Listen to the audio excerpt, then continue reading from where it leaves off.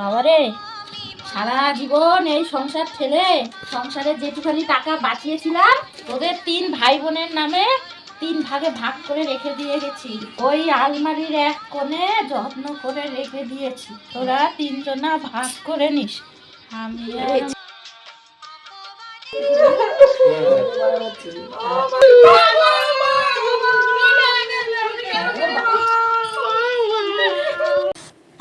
বড় ভাই ছোট ভাই চ, মা কোথায় টাকা রেখেছে নিয়ে নি, চুপ চুপ।